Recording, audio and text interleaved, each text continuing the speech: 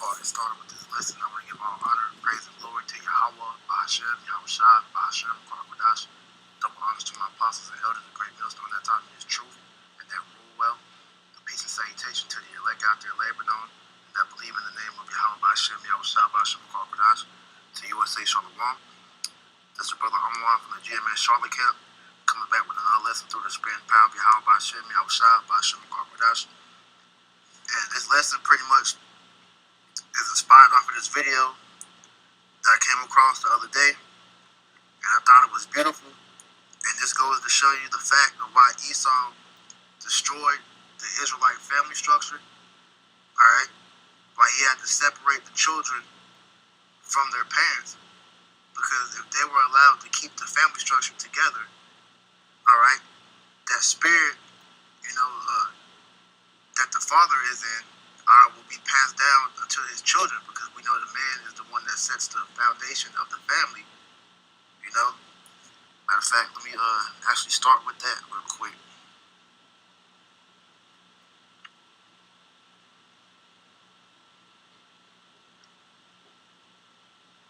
Alright, this is Sirach, or Ecclesiasticus, in the Apocrypha chapter 3, verse 9, and it reads, "For the blessing of the father establishes the houses of children, but the curse of the mother rooteth out foundations." Right.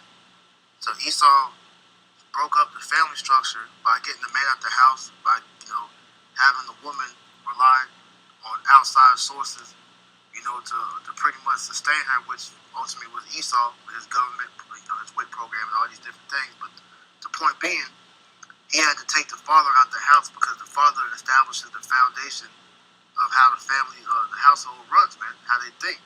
Okay?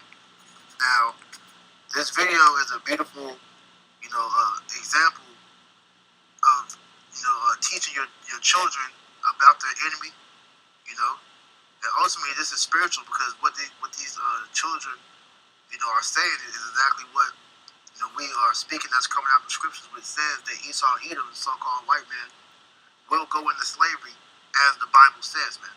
Okay? So let's play this real quick before I go into the scriptures.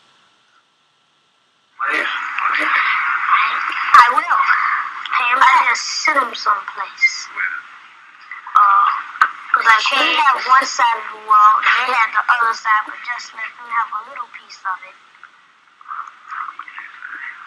I say we build a big brick wall and say the same thing. That they have a little side, and we build a big wall so they can never get over, and we have a big side. Why would you do that? And on the other end of them, so they won't get on our side. You think they just mess up or what? They be trapped if they try to get over and shoot them. Why would you do that? You think they deserve that? They deserve it, yep.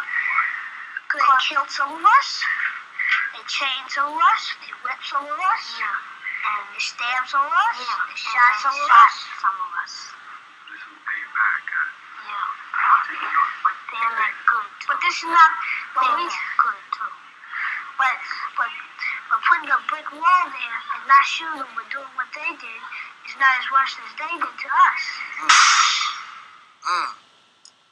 You hear that, man? See that? Those children are on a higher level than most of our people, okay? Because they know that Esau, Edom, is the enemy, and also too, what they saying is spiritual, because this is the reason why Esau had to break the family up, man. Because if you had all our children that had this mindset, okay, Esau would have a whole nation ready to come against him, man. That's the most thing that they feared, man. Okay? This is why they had to do what they do to break up and destroy the Israelite household. Alright? Because this same fear, because they know that, that Jake is mightier than them, man. Okay? In fact, let me precept just hit my spirit. Hold on.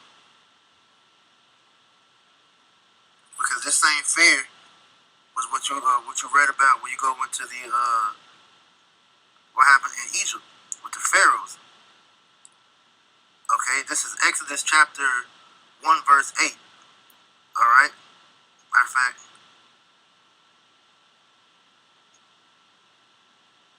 I'm I'm gonna start at 5 just for context. It says Exodus 1 and 5. And all the souls that came out of the loins of Jacob were 70 souls, for Joseph was in Egypt already. And Joseph died, and all his brethren, and all that generation. And the children of Israel were fruitful and increased abundantly, and multiplied, and waxed exceedingly mighty, and the land was filled with them. Because you know Jacob is a fruitful people, so hey, we went from a small nation to a big nation, man. Okay? Now there arose a new king over Egypt, which knew not Joseph, and he said unto his people, Behold, the people of the children of Israel are more and mightier than we. All right? So they saw that, you know, a potential threat was pretty much happening in front of them, because he saw how great Israel was multiplying and exceeding. Okay? And they became afraid because they thought, you know, matter of fact, it's going to say, verse 10, Come on, let us deal wisely with them, lest they multiply, and it come to pass that when there falleth out of any war, they join also unto our enemies and fight against us, and so get them up out of the land. Right? They were afraid that Israel was gonna rebel against them and eventually take them down. So what they end up doing, man? All right. Verse 11. Therefore they did set over them taskmasters to afflict them with their burdens, and they built for Pharaoh treasure cities, Pithom and Ramesses. All right. But the more they afflicted them, the more they multiplied and grew, and they were grieved because of the children of Israel. And the Egyptians made the children of Israel to serve with rigor, and they made their lives bitter with hard bonds and mortar and brick and all manner of service in the field, and all their service which they made them serve was rigor. All right, but the point being, it said that they, you know, the Pharaoh, he grew afraid because he thought that Israel was going to, eventually, outnumber and then, help take them down, man. So what they do, they try to, they pretty much put, holy hell on us, made us, work hard as hell, and pretty much afflicted us, man. Okay? Which made us cry to Yahweh Hashem Yahushua. But the point being that, they feared that Israel was going to come together and rebel against them. And this is the same fear that Esau has, man, because he knows that as a people, all right, we're mentally, physically, and spiritually stronger than Esau in every single way. So what they had to do, they had to go into the family structure, take the man out of the house, break down the family, all right, turn our people into degenerates, man, get them hooked on drugs, all right, pretty much detach them from any type of conscious way of thinking and just make them, bugged out slaves, man. Okay, and in doing so, all right, they had, successfully, destroyed our people from having any chance to come up against them, man. Okay, and like I said, man, what these little boys said was so heavy because, Esau was going to get what's coming back to him. Like you said, man, they talked about building a wall and separating, us from them. And if they tried to come over to our land, they was going to be put to death, man. Okay? And he said, which was so heavy, because even though, matter of fact, let me hear him say it again, man. Cause that was heavy.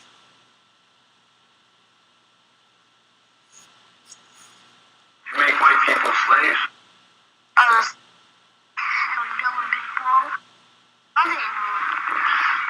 So they won't get on the outside. I mean, you think they just mess up or what? You do that. You think they deserve that? They deserve it, yep. Because they killed some of us. And they stabbed some of us. Yeah. They shot some of us. This will pay you back, huh? Yeah. They're not good. But this is not good, too. But putting a brick wall there and not shooting them or doing what they did is not as worse as they did to us. He said, doing what they did unto us, them doing what they did to us. Salaki, let me hear it one more time. Salaki. Doing what they did is not as worse as they did to us. All right, so doing what they did unto them is not going to be as bad as what they did to us, man. Because the judgment we're going to put on them, all right, is going to be righteous judgment. Because how these devils destroyed us, man, okay, they went above and beyond, man, all right? You buck broke his family, made the woman lose complete disrespect. Made her lose, complete, respect for the man. All right, you turn the children against the man. Okay, then you pretty much, made a society to where the Israelite man is beaten down and dragged in every aspect, man. Okay, you get them hooked on drugs, get them a part of the system, and then make it impossible for this man to make a living to provide for his family. All right, every pitfall that you have in this society was made to destroy the Israelite man, which in turn trickles down to the rest of the Israelite family. The head is sick. All right, the whole body is sick, man. All right, let me get that real quick. And that's all because you destroyed the Israelite man. Okay, this is Isaiah 1 and 5. It says, "Why should you be stricken anymore? You will revolt more and more. The whole head is sick, and the whole heart faint." Right. It says, "From the sole of the foot even unto the head there is no soundness in it, but wounds and bruises and putrefying sores. They have not been clothed, neither bound up, neither mollified with ointment." Right. Our people have been completely destroyed, due to the curses and due to, Esau, Edom, destroying us on every single way, man. And like I said, when you go into, the reason why, as a man, you're supposed to teach your children these things so that they have the knowledge to know why they shouldn't go to this man for help, why he's the devil, and ultimately know how to protect themselves against, their enemies, which is by trusting in Yahweh by Shem Shah, teaching them their heritage, man, teaching who their power is, man, and how to serve him the correct way. Okay? But at the end of the day, these devils don't want that, man. All right? Let's get this real quick. Proverbs 22 and 6. It says, "Train up a child in the way he should go, and when he is old, he will not depart from it." Right. So if we're teaching our children the correct, the correct way of thinking, which is the thinkings of the scriptures, okay, that you're pretty much set him up for good success, especially when it comes to serving Yahweh by Shem Shah, which is preparing them on how to walk into the world, man. All right, and defend themselves, man. Okay. All right. What Esau has done, he's pretty much destroyed our people and left us open for more destruction, man. As it said back in Isaiah, man, our people have no healing, have no protection, because our people are sick, man. Our people have been destroyed. And it was only through Yahweh by Shem Shah how we're able to come back and go into these scriptures, and get the understanding that the Lord, is dealing with us, man. Okay? And you have to teach your children that, man. All right? The reason why our children are the way they are now, man, is due to a lack of parenting, which comes from a scriptural way of thinking, man. Okay?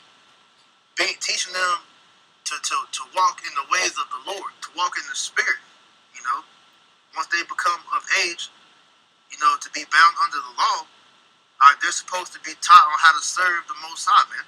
Okay? Because once you reach that age, the boy is 12 years old and the woman, all right, when her cycle starts, man, all right, she's an adult. And in doing that and becoming an adult, now you are held responsible for keeping the law, man. So in the midst of them growing, man, you're supposed to be teaching them. But Esau does not allow this, man. Okay, this is why they're sent off to school and indoctrinated with these lies, man. All right, to ultimately keep our children from knowing this truth, man. All right, being indoctrinated with the ways of Satanism, which is, all these different things, making them accept the ABC community, going into his lies and histories with this, so-called science, which is pseudoscience, man. All right, and then on top of that, how he's been moving as of late. Like I said, he's trying to erase the fact that we were slaves, man. All right, rewriting the history books, taking down these statues. Because at the end of the day, the taking down these statues is really, a ploy for what I just said, man. Let me get this real quick. This is Job chapter 20, verse 10. It says, his children shall seek to please the poor, and his hand shall restore their goods, right?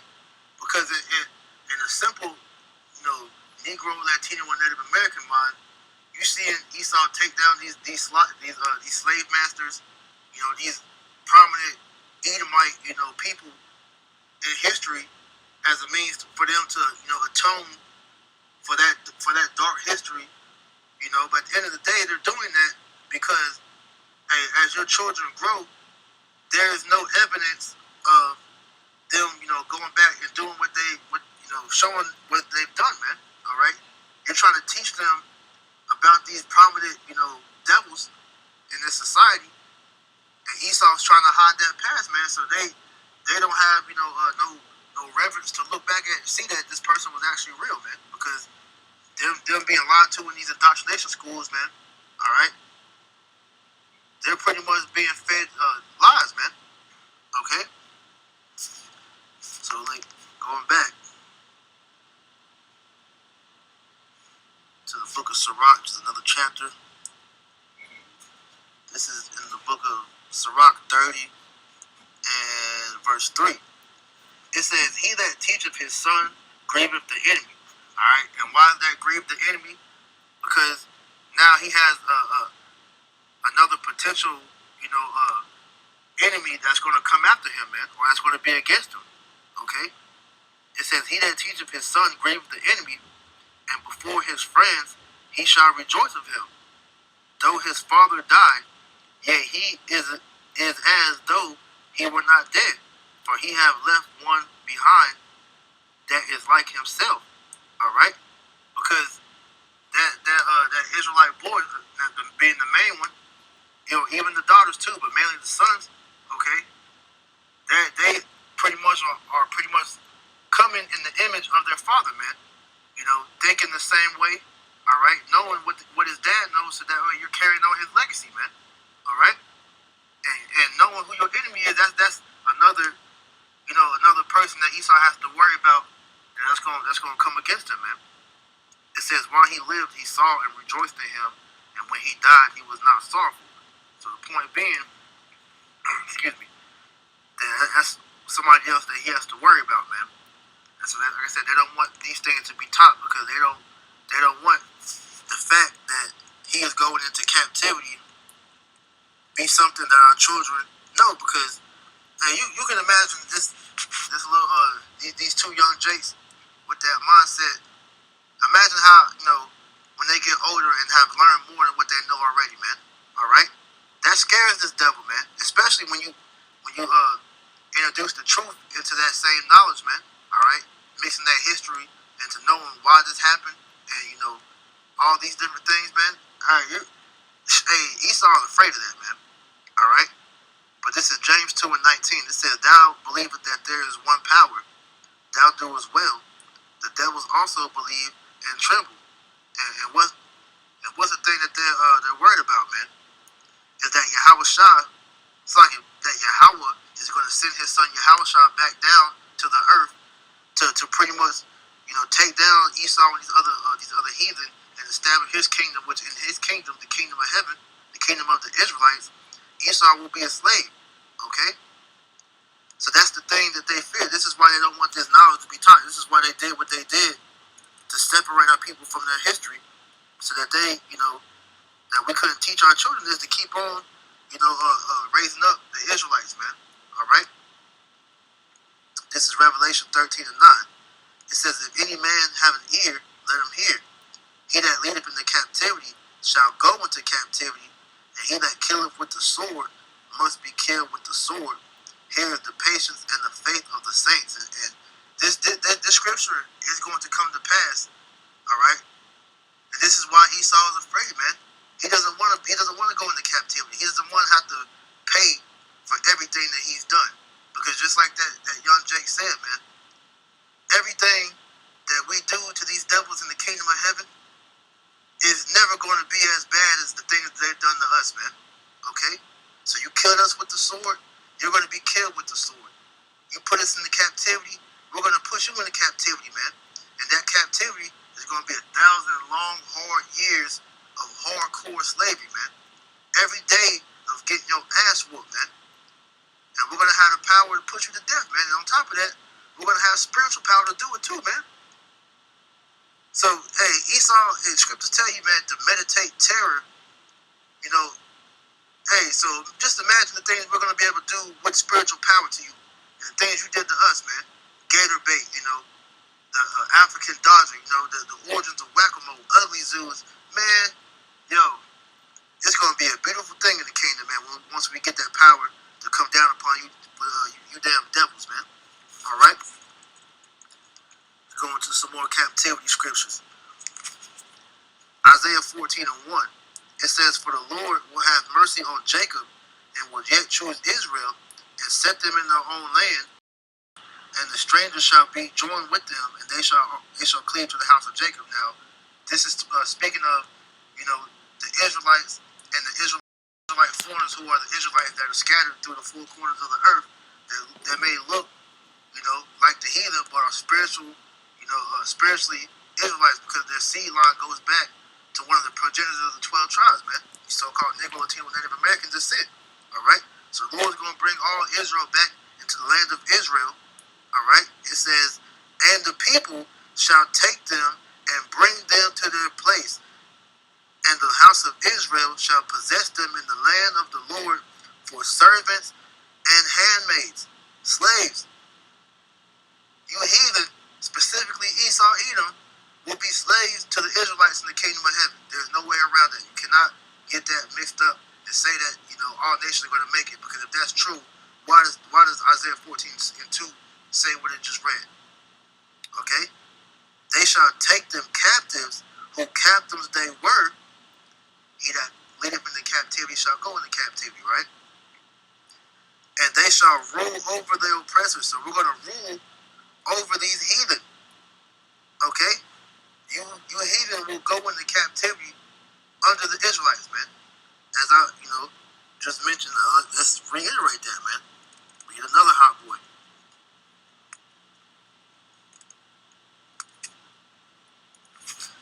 Isaiah 49:22. "Thus saith Yahweh Hashem Yahushua, Behold, I will lift up my hand to the Gentiles and set my standard to the people. They shall bring thy sons in their arms, and their daughters shall be carried upon their shoulders." All right? It said the Lord is going to lift up his hand to the Gentiles and set up my standard to the people. Okay? Israelites will be put on top, and all you heathen will be coming to the nation of Israel to learn of the law, statutes, and commandments, man.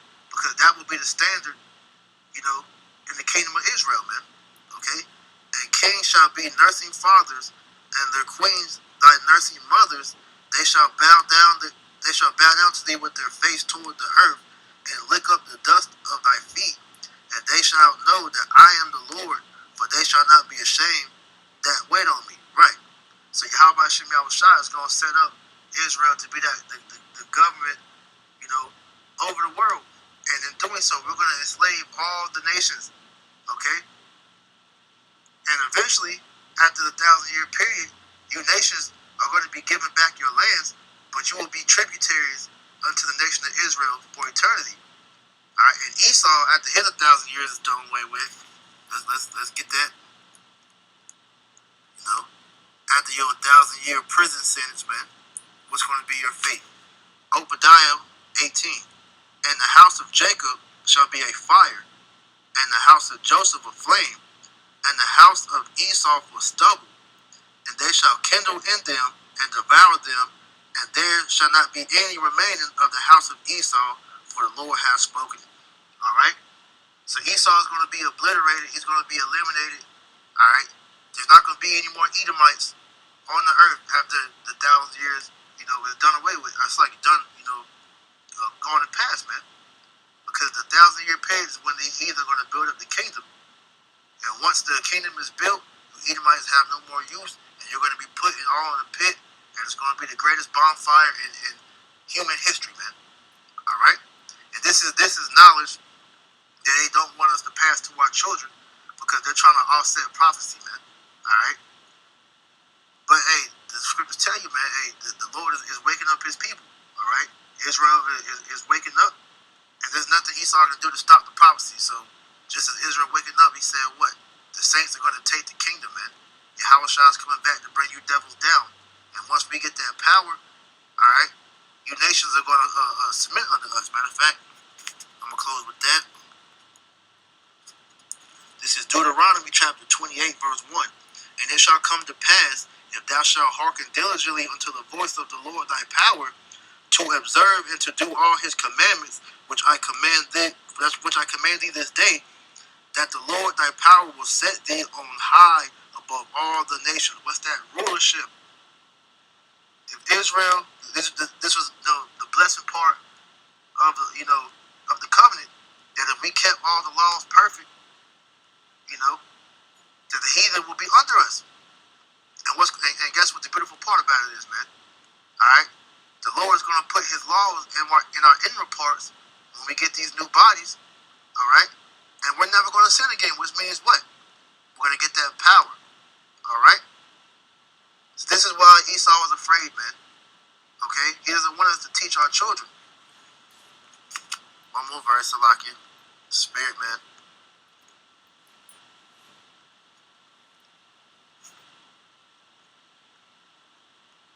All right. Real quick, Deuteronomy 4 and 7. Or Salakia, 4 and 6. 5. Behold, I have taught you statutes and judgments, even as the Lord my power commanded me, that you should do so in the land whither ye go to possess it. Keep therefore and do them, for this is your wisdom and your understanding in the sight of the nations, which shall hear all these statutes and say, surely this great nation is a wise and understanding people. For what nation is there so great who have Yahweh by Shem Yahushua so nigh unto them, as the Lord our power is in all things that we call upon him for, right? This is why these nations are going to come and be seeking the house of Israel, like I read in Isaiah 49, because they're going to see the greatness that our people are, for how we're keeping the law, man. This is what separates us from the rest of the nations, because the Lord gave us his law, statutes, commandments, man. So when he puts it into our inward parts perfect, all right, we're gonna be like unto the Most High, man. All right, immortal, having all power. We're gonna be God's here on this earth, man. Verse 7. For what nation? It's like in verse 8. And what nation is there so great that has statutes and judgments so righteous as all this law which I set before you this day? Only take heed to thyself and keep thy soul diligently, lest thou forget the things which thine eyes have seen, and lest they depart from all thy heart, from thy heart all the days of thy life. But teach them thy sons and thy sons' sons, man. All right. They don't want us to do that. This is why they had to separate the family and destroy us, man, so that we couldn't teach our children this, man. This is how they were able to stop us from having that power. But the Lord has given us that power back, man. So with that, I pray this lesson was edifying. I'm going to close it out by giving all honor, praise, and glory to Yahweh, by Hashem, Yahushua, by Hashem, Makar, Kodash. Double honors to my apostles and elders, a great millstone that taught me this truth and that rule well. And peace and salutation unto the elect. Until next time, I say shalom.